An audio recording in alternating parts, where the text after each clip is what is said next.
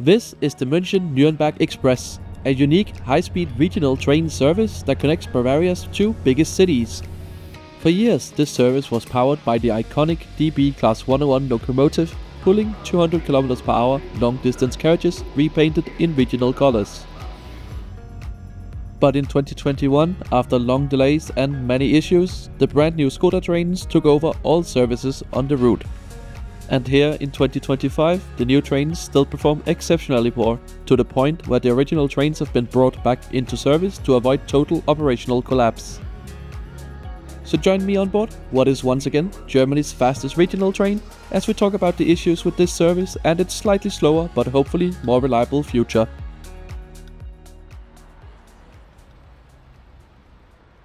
We begin our journey at Nürnberg main station, or Hauptbahnhof, located just across from the gates to the historic Old Town. It's an impressive station with 22 tracks, making it among the largest through stations in all of Europe, serving more than 200,000 passengers every day. The station is generally split into 3 levels, with an underground mezzanine giving access to the city's U-Bahn network. The ground floor is where you'll find most of the station's facilities, including the ticket office, convenience stores, the underpass to most of the station's platforms, and of course, also the main departure board. Behind this, you'll find one of the station's beautiful mosaics.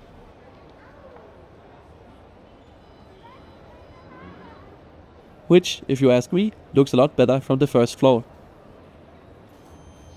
There are a few more of these mosaics sprinkled throughout the station, so if you got some time to kill, consider having a look around for them. Another way to kill time would be to watch the model railway run, but unfortunately it was broken and ate my euro without a refund.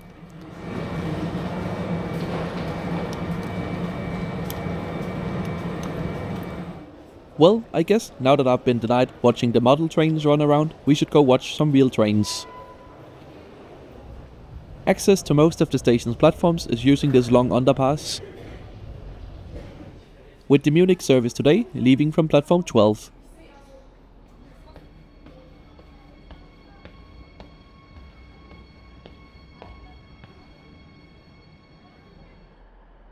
Our inbound service is currently running a little late, so we have some time to check out the varied traffic that use this station.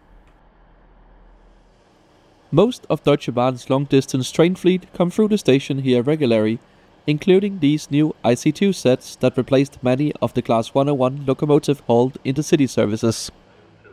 Frequent visitors are of course also the proper high-speed ICE trains, where the station pretty much sees every single model come through the station every day. In addition to this, there is of course also a huge variation of regional trains going to all sorts of local and regional destinations, including another one of Germany's high-speed regional trains. This is the Franken-Thüringen Express, running from here to Erfurt using 190 km per hour Siemens D0 HC units, which will become important a little later in the video. But now our train is appearing in the distance, running about 20 minutes behind schedule on the inbound service from Munich.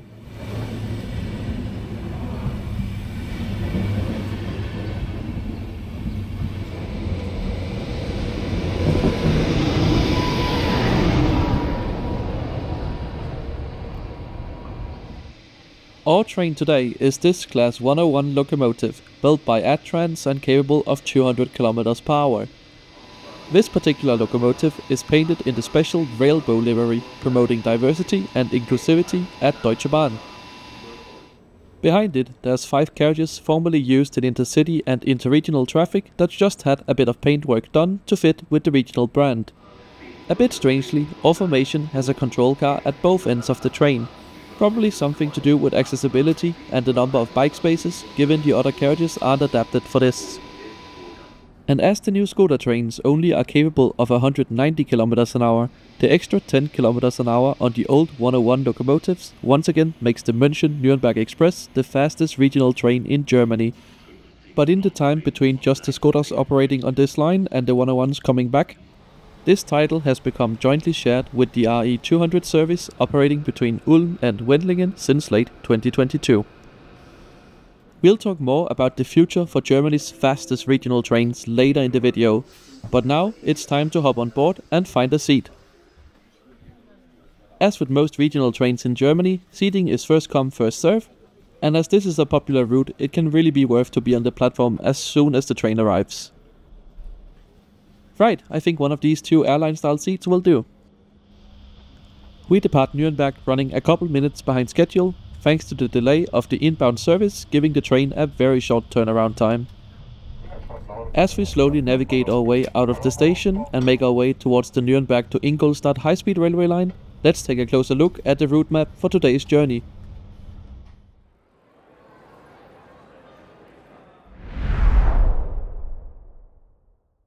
We are catching the Regional Express Line 1, which leaves from Nürnberg Hauptbahnhof covering the 170 kilometers and 7 intermediate stops to München Hauptbahnhof in an hour and 47 minutes. This gives the train an average speed of 95 kilometers per hour. Not long after departure, we leave the Nürnberg area and join the high-speed line towards Ingolstadt. And while the line allows for trains to run at up to 300 kilometers per hour, we will cap out at 200 today, but to be honest, this is still pretty impressive for something called a regional train. About 10 minutes after departing Nürnberg, we are slowing for our first station stop. This is Allersberg, a small town of about just 8,000 people, with the station being located about 2 kilometers from the city center next to a highway. Our train has an unscheduled prolonged stop here today, as we are waiting to be overtaken by a late-running ICE service that's stuck behind us.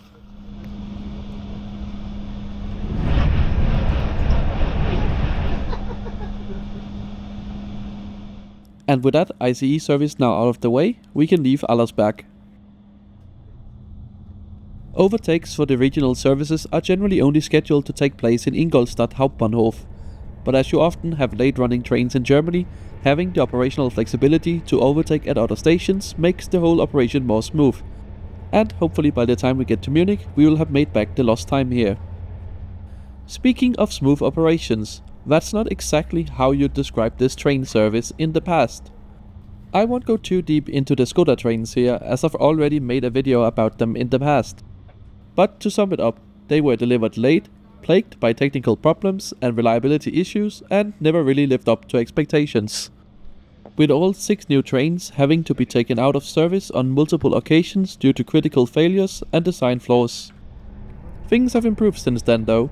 With the return of these older train sets combined with increased cooperation between Skoda and Deutsche Bahn, reliability has stabilized considerably. But enough about the new trains, let's take a closer look at the old trains, starting here in the cab car where you can see there's plenty of bike space. And also a transparent door to the driver's cabin. Just a bit of a shame there's no seat here like on the ICE 3s. Anyway, continuing down the train, we will see one area where they are not as good as the new trains. On the old trains, only the cab cars have been modified for increased accessibility, unlike the new trains, which were not only designed with this in mind, they also feature no steps at the entrance doors throughout the entire train. And some of the technology in these older carriages has seen better days. Heading away from the control car, we'll get into another of the second class carriages. The train is second class throughout in a 2+2 layout. Some carriages like the cab car have been modernized with newer seats, but many of them also features these older ones. They are pretty basic these days, but they get the job done. And before I forget, it's time to have a quick look at the toilets.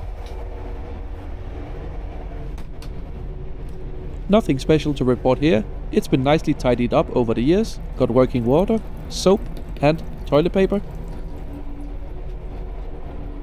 It was pretty clean and in a completely functional state, so simple thumbs up from me. Our train is now approaching Ingolstadt Nord, which is the end of the high-speed railway line and where our train can run at 200 km per hour.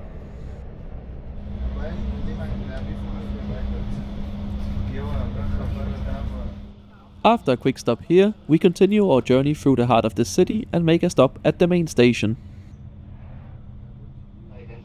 This is Ingolstadt Hauptbahnhof, the main station serving the city that's probably best known for its role in Bavaria's car rivalry, with Audi being based here and BMW just down the line in Munich.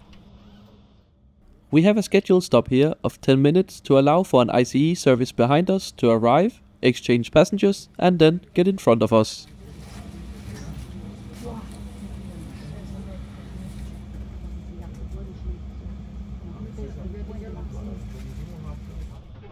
And as we depart Ingolstadt, we have been challenged to a race.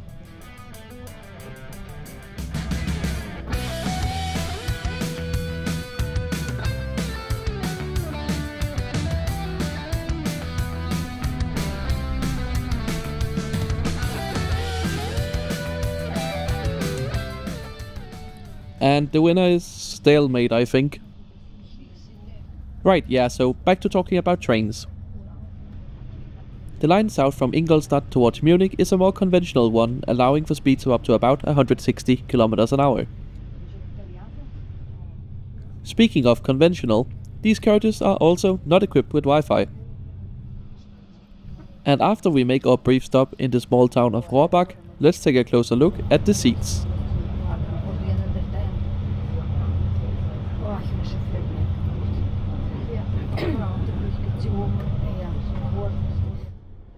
They are definitely looking a bit tired by this point, but you'll find plenty of space to store your bags above the seat. There is a good amount of legroom. A tray table is provided, but it was not very sturdy anymore. A small pocket for personal items is available, as well as a small bin. The seat's recline button is found in the armrest, and offered a good amount of recline. While a lot of the seat's original padding was lost to time, it still offered a comfortable space to sit for 2 hours.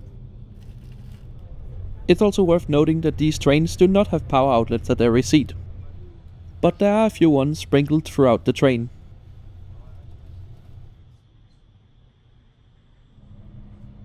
We now make our scheduled stop in Pfaffenhofen. With just under half an hour left on our journey, it's time to talk about the future for this train line. Well, unfortunately, this line is about to lose its title as Germany's fastest regional train once again. While it's still unclear when the service will switch back to only using the Skoda trains, one thing is certain: by 2028 both the Skoda sets and any remaining Class 101 trains will be replaced by new D0 HC units.